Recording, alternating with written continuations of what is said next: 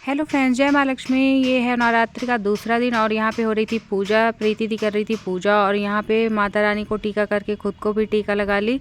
और फिर मैं अपना चार्जर उठाई और चली गई थी अपना फ़ोन चार्ज करने।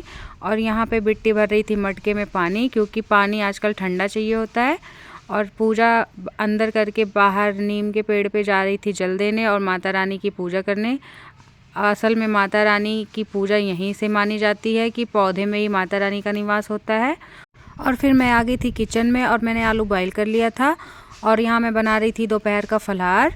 तो यहाँ मैंने घी डाल के हरी मिर्च और काली मिर्च डाल के आलू का लगाया तड़का और इसमें डाला टमाटर और थोड़ी सी मूंगफली और धनिया की पत्ती ऐड करके आलू को फ्राई कर लिया था।